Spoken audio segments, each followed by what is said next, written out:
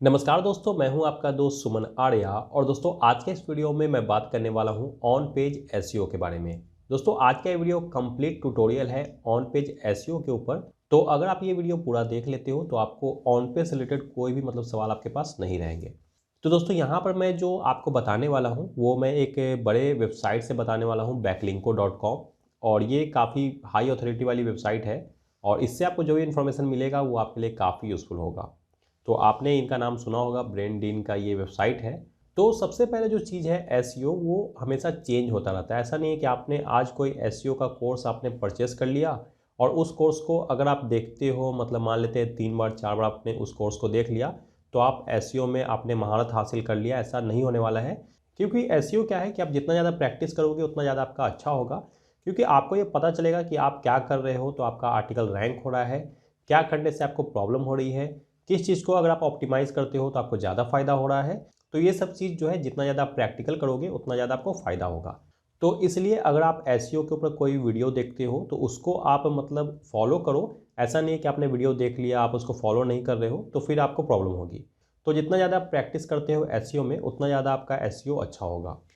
तो यहाँ पर आप देख सकते हो कि यहाँ पर जो अभी बताया जा रहा है, तो यहाँ बताया जा रहा है कि 2021 में आपको एसईओ में इन बातों पर भी ध्यान देना होगा। पहला जो चीज़ है वो यूज़र एक्सपीरियंस, आप जिस चीज़ पर भी आर्टिकल लिख रहे हो आपको कोशिश करना है कि वो यूज़र एक्सपीरियंस को और भी ज़्यादा अच्छा बनाए।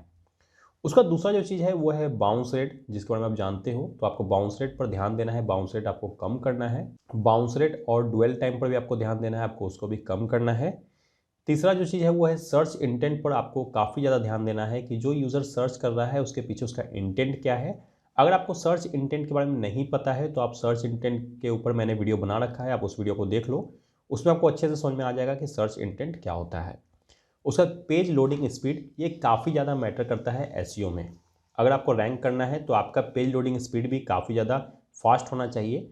और फास्ट करने के लिए ऐसा नहीं है कि आपके पास प्रीमियम थीम होना चाहिए, फ्री थीम में भी आप काफ़ी ज़्यादा पेज स्पीड सही कर सकते हो। आपको बस कोई भी एक अच्छा सा थीम यूज़ करना है, जैसे कि OCNWP या फिर आस्ट्रा, जो कि फ्री का थीम है। और उसके साथ आप कैचे प्लगइन यूज़ कर सकते हो, WP फास्टेस्ट कैचे, जो कि काफ़ी अच्छा प्लगइन है फ्री में। अगर आप पेड में यूज़ करना चाहते हो तो आप जनरेट प्रेस का थीम यूज़ कर सकते हो और WP रॉकेट यूज़ कर सकते हो। उसके बाद क्लिक थ्रू रेट भी मैटर करता है। तो आपको टाइटल कुछ ऐसा बनाना है जो थोड़ा सा अट्रैक्टिव हो और उस पर ज़्यादा से ज़्यादा क्लिक हो। तो यहाँ पर मैं आपको समरी देने वाला हूँ कि जिन लोगों को आर्टिकल पढ़ने में परेशानी होती है वो मेरे बातों के द्वारा इन सारी चीज़ों को समझ सके। और आपको इसका लिंक जो है डिस्क्रिप्शन में मिल जाएगा, अगर आप इस आर्टिकल को पढ़ना चाहते हो तो आप पढ़ भी सकते हो। तो पहला जो चीज़ है वो आप जानते हो, ये फीचर आपको योस्ट एसईओ में भी मिलता है। तो अगर आप वर्डप्रेस यूज़ कर रहे हो तो आप योस्ट प्लगइन को भी जरूर यूज़ करना, क्योंकि योस्ट प्लगइन जो है वो ऑन पेज एसईओ के लिए बेस्ट होता है। आप अपने अनुसार रैंक मैथ भी यूज़ कर सकते हो, लेकिन मुझे योस्ट बेस्ट लगता है इसलिए मैं योस्ट यूज़ करता हूँ। तो यहाँ पर जो पहला जो चीज़ है वो है कि आपको अपने मेन कीवर्ड को टाइटल के सबसे आगे रखना है। आप जब भी आर्टिकल लिखते हो तो कोशिश ये करना है कि जो आपका मेन कीवर्ड है वो टाइटल के सबसे आगे आए। जैसे आप यहाँ देख सकते हो कि यहाँ इमेज में दिखाया गया है कि कोई व्यक्ति सर्च कर रहा है लाइफ इंश्योरेंस कोर्स। तो यहाँ पर आप देख सकते हो कि जो भी लाइफ इंश्योरेंस जो कीवर्ड है वो ज़्यादातर आर्टिकल में पहले नंबर पर आ रहा है। तो ये चीज़ पर आपको ध्यान देना है। उसका जो दूसरा जो चीज़ है ये भी आपको योस्ट में मिल जाता है। दूसरा जो चीज़ है कि जब आप आर्टिकल लिखते हो तो आपका जो मेन कीवर्ड है वो पहले पैराग्राफ में आना चाहिए, 100 वर्ड्स के अंदर आपका मेन कीवर्ड आना चाहिए। उसके बाद तीसरा जो चीज़ है वो है कि आप अपने टाइटल को H1 टैग में रखो। तो वर्डप्रेस में बाय डिफ़ॉल्ट ये H1 टैग में ही होता है। तो आपका जो टाइटल है वो H1 टैग में होना चाहिए। उसके बाद आप जो आर्टिकल के अंदर जो भी टाइटल देते हो वो आप इस तरीके से दो, H1 तो आपका मेन टाइटल हो गया जो कि बाय डिफ़ॉल्ट आपका रहता है।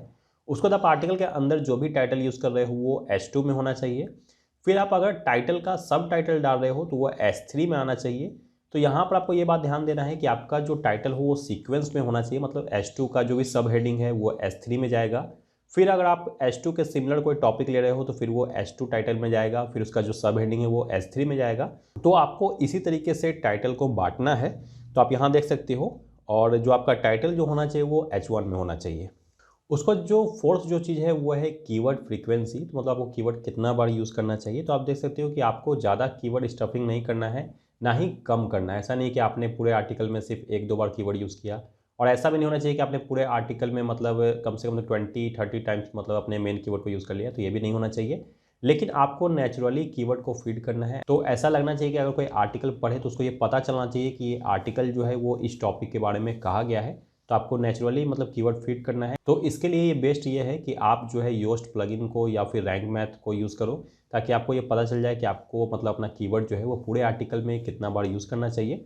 उसमें वो बता देता है कि आपको मतलब कुछ और कीवर्ड को डालना चाहिए या फिर ज़्यादा आपने डाल दिया है। ये दोनों चीज़ आपको वहाँ से पता चल जाएगा। उसका जो हमारा फिफ्थ जो चीज़ है वो है यूज़ एक्सटर्नल आउटबाउंड लिंक। अब यहाँ पर आप अब जब भी आर्टिकल लिखते हो तो कोशिश ये करना है कि 1000 वर्ड्स के अंदर आप कम से कम 2 आउटबाउंड लिंक दो। आउटबाउंड लिंक देना है उनको जो आपसे रिलेटेड है। मान लेते हैं कि अगर आप लिंक बिल्डिंग पर बात कर रहे हो तो आप अपने से रिलेटेड वेबसाइट को लिंक बिल्डिंग पर आउटबाउंड लिंक दे सकते हो। अगर मान लेते हैं कि अगर मुझे कोई बैकलिंकों पर एक आर्टिकल मिल गया जो बात कर रहा है लिंक बिल्डिंग पर, तो मैं अपने आर्टिकल में उसको लिंक दे सकता हूँ। तो ये सब चीज़ होना चाहिए और ये भी रैंकिंग में मैटर करता है। तो आपको आउटबाउंड लिंक भी यूज़ करना है। उसका 6 नंबर पर आपको जो है अपना परमा लिंक को ऑप्टिमाइज़ करना है। मतलब जो भी यूआरएल दे रहे हो अपने आर्टिकल का, उसको आपको जितना हो सके शॉर्ट रखना है। आपको लंबा यूआरएल नहीं लेना है, मतलब लॉन्ग यूआरएल आपको नहीं रखना है। अगर मान लेते हैं कि मेरा एक आर्टिकल है टॉप 9 लिंक बिल्डिंग टिप्स, तो मैं यहाँ पर टॉप 9 लिंक बिल्डिंग टिप्स को मैं यहाँ पर मेंशन नहीं करूँगा यूआरएल में, मैं सिर्फ मेंशन करूँगा लिंक बिल्डिंग टिप्स। तो इससे क्या होगा, यूआरएल शॉर्ट भी हो जाएगा। और देखिए यहाँ पर बेनिफिट ये है कि अगर मान लेते हैं कि मैंने यहाँ पर मेंशन किया है आर्टिकल में टॉप 9 लिंक बिल्डिंग टिप्स और इन फ्यूचर में मुझे एक और टिप्स पता चल गया, तो मैं यहाँ पर आर्टिकल में चेंज कर सकता हूँ टॉप 10 लिंक बिल्डिंग टिप्स। और मुझे यहाँ पर यूआरएल भी चेंज नहीं करना पड़ेगा, क्योंकि यूआरएल में मैंने कुछ भी मेंशन नहीं किया है कि मैंने टॉप 10 के बारे में बताया है या टॉप 9 के बारे में। लेकिन अगर आप यूआरएल में लिख देते हो टॉप 9 लिंक बिल्डिंग टिप्स, तो आप समझ सकते हो और आपके टाइटल में लिखा रहेगा टॉप 10 लिंक बिल्डिंग टिप्स और आपके यूआरएल में रहेगा टॉप 9 लिंक बिल्डिंग टिप्स, तो उसमें से कुछ ना कुछ यूजर्स ऐसे होंगे जिनको आप पर डाउट होगा कि ये आर्टिकल में बताना क्या चाह रहे हैं। उसी प्रकार से आपको अपने यूआरएल में कभी भी ये नहीं डालना है कि टॉप 9 लिंक बिल्डिंग टिप्स इन 2020।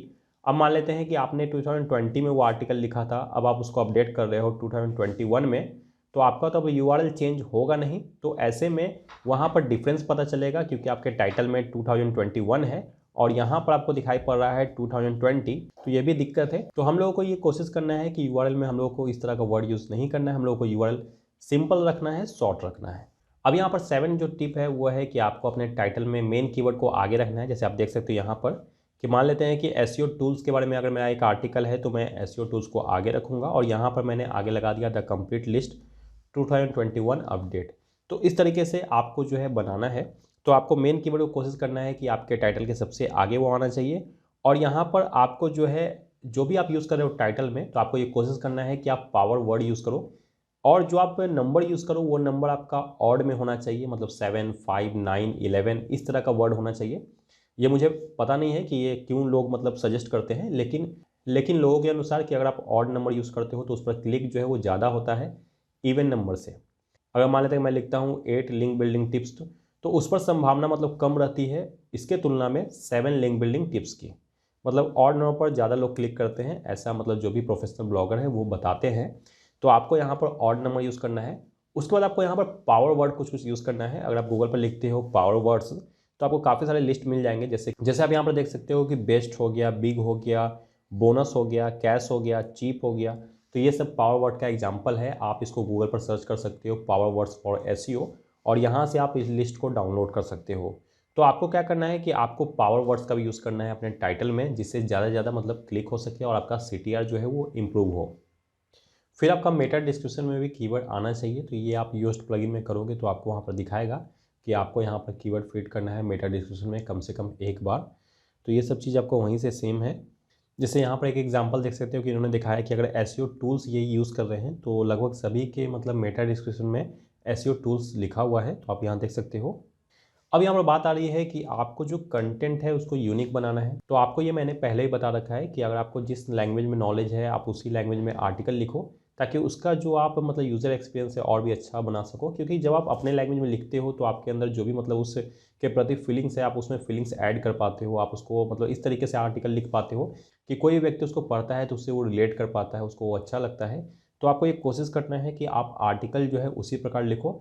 दूसरा जो चीज़ है उसमें आपको ग्राफिक्स पूरा यूज़ करना है। जैसे आप अगर इस आर्टिकल में देखोगे तो आप यहाँ देख सकते हो यहाँ पर कितने सारे इमेजेस यूज़ किए गए हैं और मतलब कितना अच्छा ढंग से मतलब इसको सजाया गया है। जैसे आप यहाँ देखो कि अगर मैं यहाँ पर जाता हूँ और यहाँ पर एक इमेज दिया गया है उसका, फिर यहाँ देखो कंटेंट है।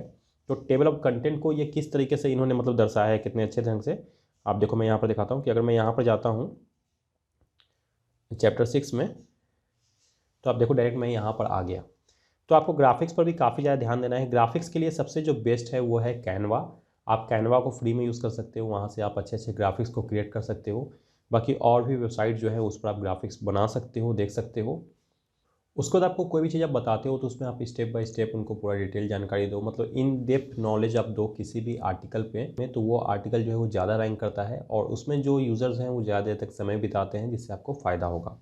तो ये सब चीज़ों पर आपको ध्यान देना है। फिर आप FAQ स्कीमा को भी ऐड कर सकते हो, आप उससे मतलब अपने आर्टिकल से रिलेटेड काफ़ी सारे क्वेश्चंस को वहाँ डाल सकते हो। तो आप FAQ स्कीमा के लिए आप अलग से एक प्लगइन को यूज़ कर सकते हो, मतलब रैंक मैथ आप जब यूज़ करते हो तो ये ऑप्शन आपको मिल जाएगा, लेकिन योस्ट यूज़ कर रहे हो तो फिर आपको अलग से एक प्लगइन यूज़ करना पड़ेगा स्ट्रक्चर्ड डेटा करके, उसमें आप ये फीचर को यूज़ कर पाओगे। तो बस यही सब जो चीज़ है वो है ऑन पेज एसईओ में, और भी कुछ खास नहीं है। और आपको इसी तरीके से अपने आर्टिकल को ऑप्टिमाइज़ करना है। कोशिश ये करना है कि जो यूज़र का एक्सपीरियंस हो वो आपके वेबसाइट पर काफ़ी ज़्यादा अच्छा हो, वो आपके वेबसाइट पर ज़्यादा समय बिताएं। और आप जो आर्टिकल लिख रहे हो उसमें आप जो मेन कीवर्ड है वो आप किसी भी योस्ट प्लगइन या फिर रैंक मैथ प्लगइन के अनुसार उसको फिल करो। मतलब इस वेबसाइट में जो कुछ भी बताया गया वो कहीं ना कहीं योस्ट एसईओ में और रैंक मैथ में वही चीज़ फॉलो होता है, तो वो सब चीज़ पर भी आपको ध्यान देना है। मतलब यहाँ पर आपको एक नॉलेज दिया गया है कि आपको इसी तरीके से काम करना है जिससे आपका आर्टिकल जो है वो रैंक होगा। और इंटरनल लिंकिंग के बारे में मैंने ऑलरेडी आपको बता रखा है कि आपको अपने वेबसाइट को कैसे मतलब कस्टमाइज़ करना है जिससे इंटरनल लिंकिंग हो सके। आपको मैंने सिलो स्ट्रक्चर बताया है, तो सिलो स्ट्रक्चर को आप एक बार वीडियो वो देख लेना, उसमें आपको इंटरनल लिंकिंग अच्छे से समझ में आ जाएगा। तो इंटरनल लिंकिंग आप उसी प्रकार कर सकते हो। तो आपको इंटरनल लिंकिंग, आउटबाउंड लिंक भी आपको करना है, तो ये सब ज़रूरी है। और आप अगर कोई भी कीवर्ड रिसर्च टूल यूज़ नहीं कर रहे हो तो फिलहाल आप उबरसजेस्ट को यूज़ कर सकते हो। उबरसजेस्ट में मतलब कुछ कीवर्ड्स आपको ऐसे मिल जाएंगे जिस पर आप रैंक कर सकते हो। उबरसजेस्ट के बारे में मैंने काफ़ी पहले वीडियो बनाया था, तो आप उबरसजेस्ट अगर सर्च करते हो मेरे वीडियोज़ में तो आपको वो भी वीडियो मिल जाएगा, आप उन वीडियोज़ को देख सकते हो। तो कहीं ना कहीं मेरे अनुसार उबरसजेस्ट और एएचरेफ मतलब बेस्ट है। तो अगर आप फ्री में यूज़ करना चाहते हो तो उबरसजेस्ट को यूज़ कर सकते हो। उबरसजेस्ट में आपको उन कीवर्ड्स को लेना है जिनका मतलब एसईओ डिफिकल्टी 5 के नीचे हो, तो आप उन कीवर्ड्स पर जल्दी रैंक करवा पाओगे। तो फिलहाल दोस्तों बस आज के लिए इतना ही। आज का वीडियो आपको कैसा लगा मुझे कमेंट में जरूर बताइएगा। और दोस्तों इस वीडियो के रिगार्डिंग आपको कुछ पूछना है तो आप मुझे कमेंट कर देना। ये वीडियो सिर्फ ऑन पेज एसईओ के ऊपर है, तो आपको इसी प्रकार से ऑन पेज एसईओ करना है। और बाकी जितना ज़्यादा प्रैक्टिस करोगे उतना आपका on page of page SEO जो है वो अच्छा होता जाएगा। तो फिलहाल दोस्तों अब मिलते हैं अगले वीडियो के साथ। अगर आपने मेरे चैनल को सब्सक्राइब नहीं किया है तो चैनल को सब्सक्राइब कर लेना, ताकि मैं जब भी कोई वीडियोस अपलोड करूँ तो उसका नोटिफिकेशन आपको सबसे पहले मिल सके। तो बस दोस्तों आज के लिए इतना ही, तब तक के लिए जय हिंद जय भारत।